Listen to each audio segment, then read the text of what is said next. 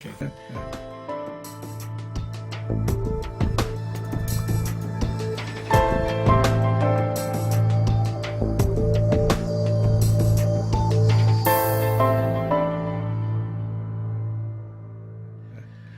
I'm Dr. Len Saputo, and I'm here with my friend Dr. Richard Cunnion. Dr. Cunnion has an extensive background in psychiatry and in neurology and is boarded in both, trained both at University of California, San Francisco, as well as Stanford University. He's been a pioneer in orthomolecular medicine, which is really cellular biochemistry at the deepest level. And over the last couple of decades, he and I have worked a bit on this concept of what is health medicine. And we're going to talk a little bit about that. So, Dick, how would you take the overview of what is health medicine? Well, I came up with three little words is a good way to put it. It's a little more medical than I love you. But Okay. I do love you, Len. That works. However, in health medicine, we find that it helps organize our mind to think of what we're doing as putting nutrition first, recognizing the imperative of environmental pollution and internal pollution, and also dealing with the universe of stress factors that are indeed the sort of a silent partner throughout life. Okay, so if you were going to pick these three words, what would they be? Well, the three words from the point of view of diagnosis, we're diagnosing malnutrition, we're diagnosing pollution or poisoning, and we're diagnosing stress or strain. You broaden the words after all into concepts.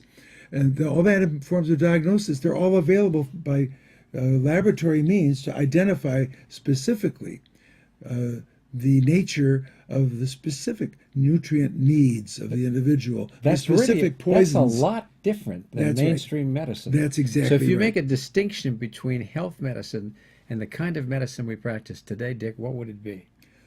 Well, in health medicine, we actually do have documentation of the biochemical and physiological needs of the individual.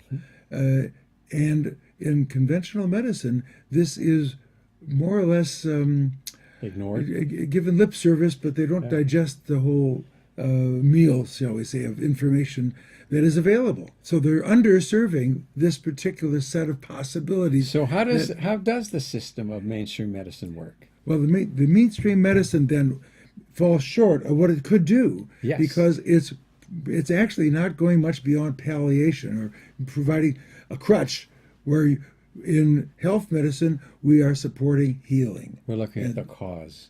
Well, even if you didn't know the cause, we're finding these causes, but these are some, there's levels of cause. There's primary cause, there's secondary causes. Yeah, it gets complicated. But at least you fix what you can fix. Yeah. Nutrition, you can identify the nutrients, and you can balance them, replace them, and balance them. Okay, so why is not done in ordinary Why is conventional nutrition medicine. so important? I mean, what's the big deal with nutrition? Well, it's important because Mother Nature makes it an imperative. You don't get the nutrients, you die. If it's a big deal on calories, we call it starvation. But you can die just from missing vitamin C or missing magnesium or missing folic acid or missing B12. Any single vitamin that is deficient ends in death. So But that's it may take maybe 6 weeks for vitamin C. The sailors would leave Spain, they'd get halfway across the Atlantic Ocean, and they start dropping dead of scurvy. So what you've really done here is you've pointed out how vital it is to know what the needs of the cells of the body are, because if all your cells are healthy, you cannot be sick. If your cells are functioning perfectly, you can't be sick.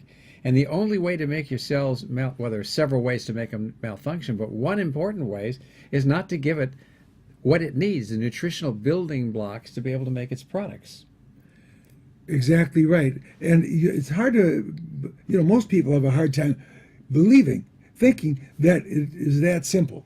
Or that we could incur the wrath of God, so to speak, by ignoring nutrition, and so it gets separated. Even brilliant, well-trained professional people, physicians, scientists, and politicians, all people who are seeing the big picture, miss this point that when there's a deficiency of any single nutrient, let alone maybe a half a dozen, or as I'm testing people, I see people 50% of the nutrients are registering as deficient. Well, the USDA did 3 or 4 studies looking at this and found that nobody basically had all the nutrition Sure. in an ideal way, and it explains why maybe 50% of the population has a chronic disease. But moving on now to the second thing. Okay. Nutrition's the first thing.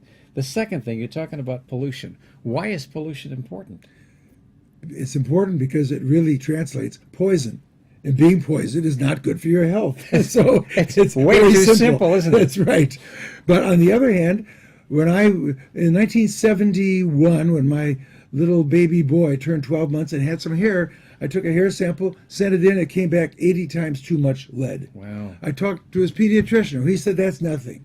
Oh, my So gosh. I measured his blood a week later. By the time, a week later, I found the source was a baby toy. A week later, I actually had to go and take a blood sample myself, my Wow. own kid. I was uptight daddy.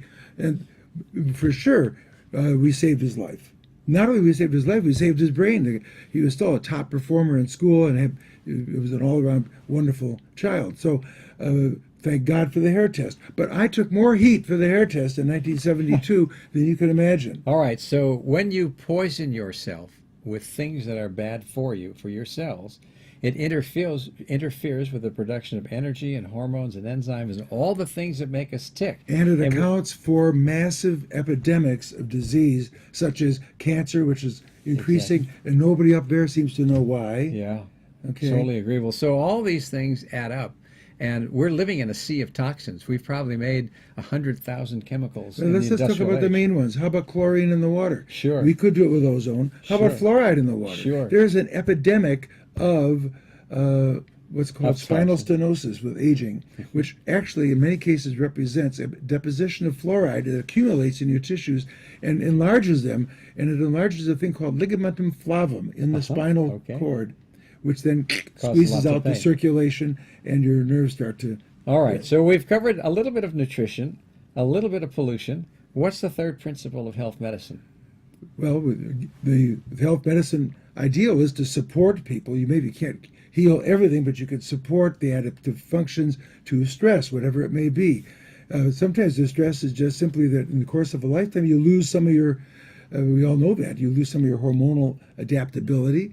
And so, Well, we age. for example, hormonal support, especially for people with chronic illnesses, is commonly a part of not only health medicine, but of conventional medicine. That much is so dramatically powerful, it's been accepted.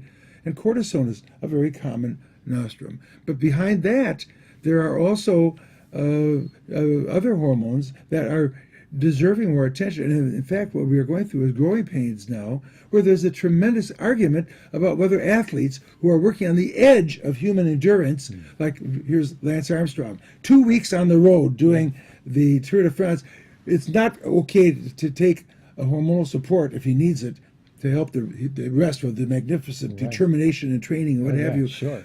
So, no, he's denied that. Better he should drop dead, which is exactly what happens.